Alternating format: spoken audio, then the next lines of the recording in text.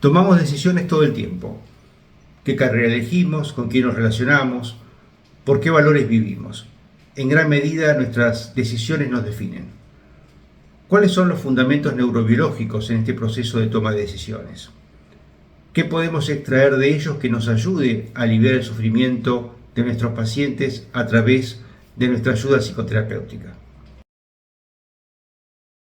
Uno de los temas más desafiantes, más apasionantes de la neurociencia contemporánea es aquel que intenta explicar cómo una información sensorial proveniente de nuestros sentidos tradicionales, el tacto, el olfato, la vista, el oído, el gusto, o bien del interior de nuestro propio cuerpo, lo que se conoce como input sensorial, es transformada en el cerebro en una salida motora, respuesta motora o output motor a través de los procesos cognitivos de alto orden responsables de la toma de decisiones, lo que también en neurociencia conocemos como High Order Cognitive Process of Decision Making, procesos cognitivos de alto orden de toma de decisiones.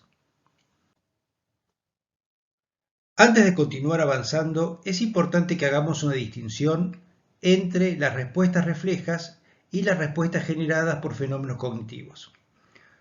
Los reflejos son respuestas fijas, estereotipadas e inconscientes, producidas como resultado de la aplicación de un estímulo sensorial que a través de una conexión nerviosa simple y sin intervención de la conciencia produce una respuesta motora esperable. Un ejemplo es la toma del reflejo patelar, donde la estimulación, como vemos en la diapositiva con un reflejo de martillos del tendón rotuliano, va a producir la contracción del músculo cuádriceps.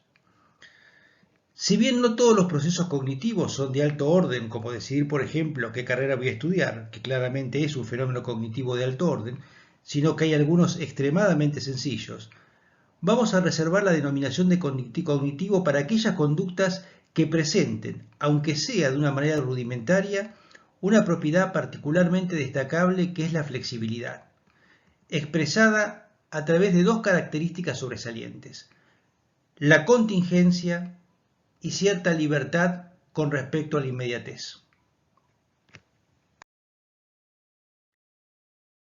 ¿Qué se entiende por contingencia? Tal vez con un ejemplo se vea más claro. Vemos unos ricos helados expuestos en una vitrina. Esto no necesariamente significa que habremos de consumir alguno. En este caso, el estímulo, el helado, no genera una respuesta fija a la manera de un acto reflejo. El estímulo puede actuar como un motivador, impulsando conductas altamente variables. Podemos comprar un helado enseguida y comerlo, hacerlo más tarde, o incluso eventualmente no hacerlo. A diferencia del reflejo, donde el estímulo genera una respuesta necesaria, inevitable y única, las respuestas cognitivas pueden o no ocurrir y tener proporciones significativas de variabilidad. Eso es lo que se entiende por contingencia.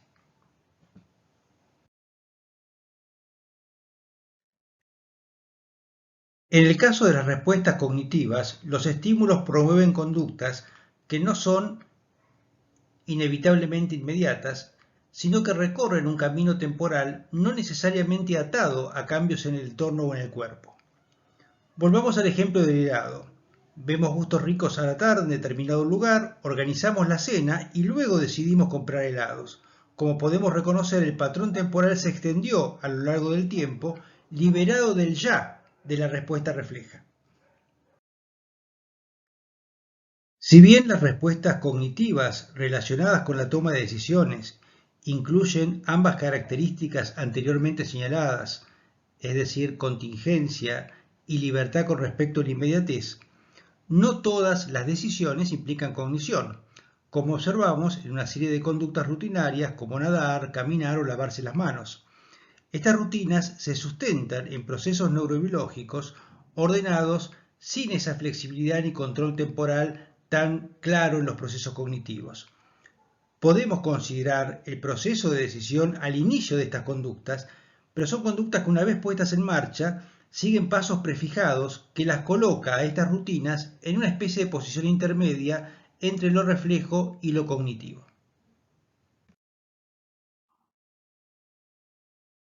Por último, ¿cómo se define cómo se conceptualiza desde la neurociencia lo que se entiende por decisión.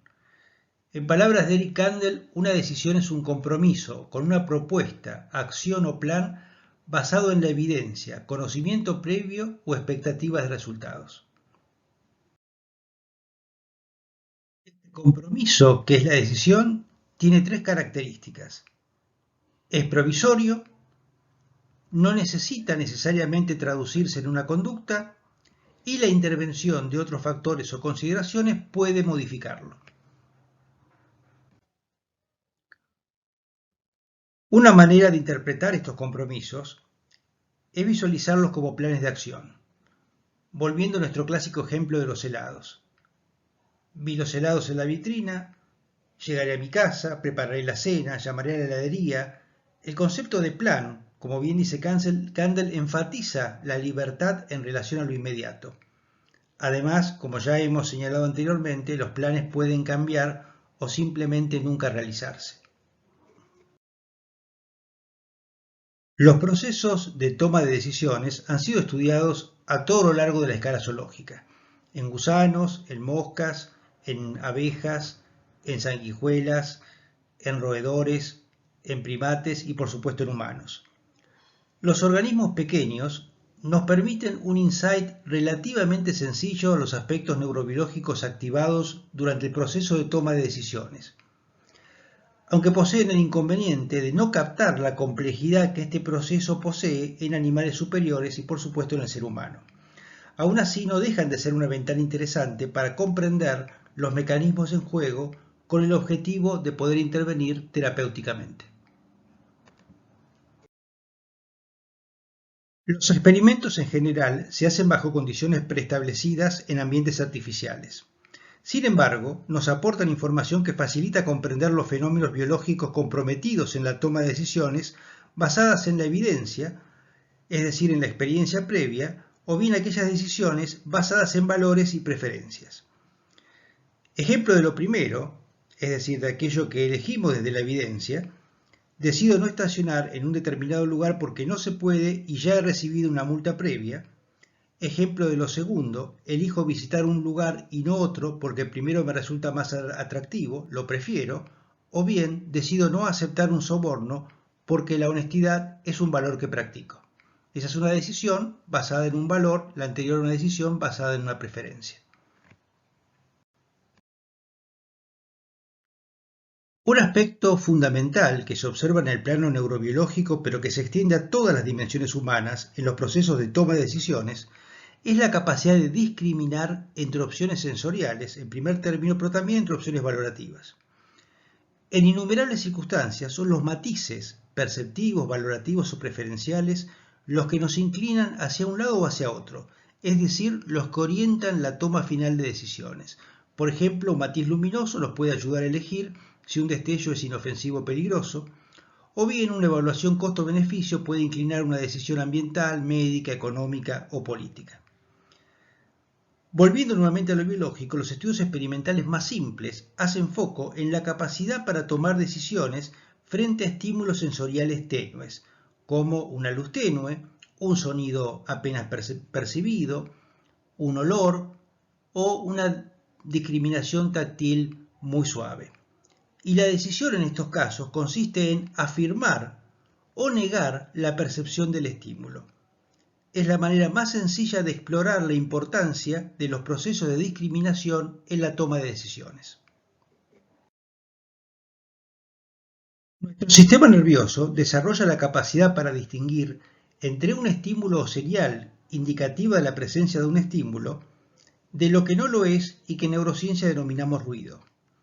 El grado de discriminación de un ser vivo dependerá de la mayor o menor capacidad para distinguir el ruido de la señal. Los primeros modelos experimentales destinados a medir la menor diferencia detectable entre dos estímulos sensoriales fueron desarrollados en el siglo XIX por Weber y Fechner. A partir de ello fue posible entender los principios que gobiernan la manera en que nuestro cerebro procesa la información sensorial y los fundamentos neurobiológicos en la toma de decisiones. Como explicamos previamente, el sí o el no a la presencia de un estímulo es el modelo más simple de toma de decisión. Ahora bien, tanto en los modelos experimentales como en la vida diaria, las decisiones dependen de un criterio o umbral aplicable al problema o tema en cuestión. Este criterio determina la estrategia de reconocimiento de discriminación y en general está asociado a la experiencia acumulada, así como al costo o valor de efectuar decisiones correctas o incorrectas.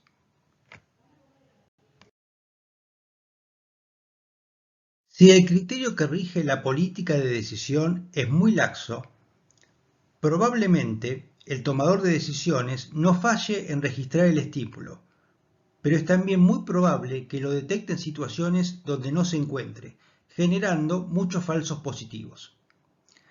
Si por el contrario es muy rígido, no habrá falsos positivos o falsas alarmas, pero es probable que ciertos estímulos presentes, pero poco intensos, no sean registrados, lo que se conoce como olvidos. De tal manera que el tipo de criterio elegido condicionará el número de falsos positivos o de falsas alarmas o el número de olvidos presentes en la toma de decisiones. Bajemos estos conceptos a la realidad cotidiana. Pensemos en un médico que tiene que decidir si un nódulo pulmonar hallado en una radiografía de tórax es benigno o maligno.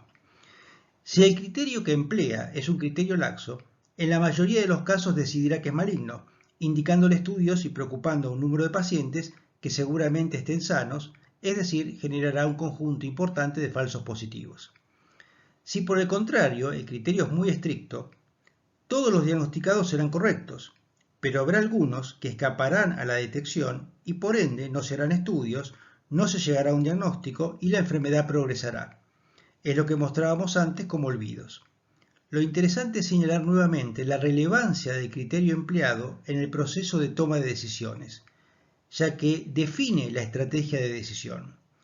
La realidad es independiente del criterio, en nuestro caso la imagen del nódulo en la placa radiográfica y su eventual malignidad, pero el criterio empleado determina la evaluación y selección que se hace sobre esa realidad. Por ejemplo, si continúo o no estudiando el nódulo encontrado. Habrá algunos que escaparán. En síntesis, al establecer un criterio, no cambiamos la realidad percibida, sino el modo en que la percibimos. Las bases neurales para la toma de decisiones cognitivas están en relación con la elección que nuestro cerebro hace entre alternativas sensoriales competitivas, la cuestión de preferencias y valores y la cuestión temporal que implica una no inmediatez, sino una consideración que se da a lo largo del tiempo y que involucra memoria, contexto, experiencia y múltiples alternativas.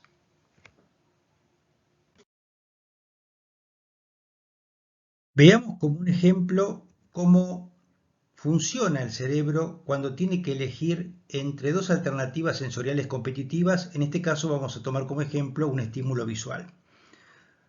Cuando al cerebro se le ofrecen alternativas sensoriales, por ejemplo, como reiteramos, estímulos visuales, sobre los que tiene que decidir si lo que veo es una sombra de alguien en movimiento o la sombra, por ejemplo, de una rama castigada por el viento, la primera área del cerebro que participa es el área visual primaria, que registra la percepción de ambos estímulos. Luego traslada esa información a áreas visuales más complejas que hacen la primera evaluación. Luego integra esa información a nivel parietal con la información brindada por otros sentidos, por ejemplo ruidos, olores, etc. Y finalmente es la corteza prefrontal la que, habiendo recibido una información sensorial ya integrada, la contrasta con la experiencia, la memoria, el contexto, etc. y toma la decisión de si considerar a la sombra como una proyección de un ser humano o de un árbol. Si avanzamos un paso más allá de los fenómenos exclusivamente sensoriales, sabemos que muchas decisiones en el ser humano están basadas en preferencias y valores. Estas preferencias y valores pueden ser innatos, por ejemplo, nos puede gustar más lo dulce que lo salado y por lo tanto preferimos una torta a un sándwich, pero en la mayoría de los casos las preferencias y valores surgen del aprendizaje y surgen del razonamiento. Por ejemplo, aprendemos a que es mejor y más valioso decir la verdad a mentir, O por ejemplo, si tenemos que tomar un determinado camino, razonamos acerca de la conveniencia de hacerlo o no hacerlo. Si bien las consideraciones neurocientíficas previamente expuestas nos dan una pista importante para entender las bases biológicas de los procesos de toma de decisión, tenemos que tener en cuenta que las decisiones humanas exceden este marco y nos obligan a tener en cuenta otros aspectos. En primer lugar, como ya lo hemos señalado en reiteradas ocasiones, los procesos de toma de decisión no están marcados solamente por la biología. Las cualidades y consideraciones que se toman en cuenta, o que el ser humano toma en cuenta para tomar una decisión, cambian con el tiempo, no son monovalentes y estables. Las circunstancias pueden cambiar y por último las conductas exploratorias humanas, la búsqueda de novedad, la familiaridad con algo también puede modificar el proceso de toma de decisiones.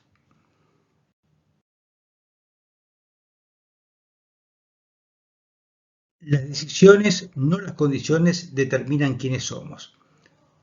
Con esta frase Frankl deja expuesto el sitio que para él van a ocupar las decisiones en la configuración de la identidad e historia personal, en la concreción del sentido de vida y por ende la importancia terapéutica que tendrá el ayudar a la persona en este proceso. De allí la importancia de conocer los aspectos biológicos que fundamentan esta actividad, no solo por coherencia con la multidimensionalidad humana que él pregonaba, sino también porque Frankl, aun cuando no llegó a vivir en plenitud el auge de la neurociencia, era perfectamente consciente de lo imprescindible del conocimiento biológico para abordar el sufrimiento humano y su alivio. ¿Cómo podemos resumir la relación entre la logoterapia y los procesos de toma de decisión en los aspectos neurobiológicos y neuropsicológicos que hemos estudiado? El terapeuta en primer lugar va a ayudar a su paciente en un trabajo de integración a nivel consciente de aspectos diversos que incluyen historia personal, condicionamientos, propósitos, preferencias, valores, etc., que colaboran para que dicho paciente pueda decidir en función de concretar el sentido de su propia y personal existencia. Tal cual lo insinuamos, los procesos cognitivos existenciales de toma de decisión constituyen como ningún otro lo propiamente humano. Es por eso que los aspectos neurobiológicos aportan elementos para ayudar a nuestros pacientes a que aprendan a discriminar con el objetivo de incorporar matices y estrategias que clarifiquen la toma de decisiones. La capacidad de discriminar los criterios empleados se extienden también a los aspectos valorativos de la persona, tal como lo hemos visto previamente. Finalmente, la decisión como tarea protagónica, cuyas bases neurobiológicas se asientan en la actividad integrada a nivel cerebral con especial participación de la corteza prefrontal, nos permite entender, tal como mostrábamos en el anterior video, la lógica de la logoterapia que promueve lo propiamente humano y por ende encuentra su soporte biológico en aquellas áreas cerebrales que nuestra especie ha desarrollado preferencialmente y que son el instrumento a través del cual lo más humano puede expresarse. Muchas gracias.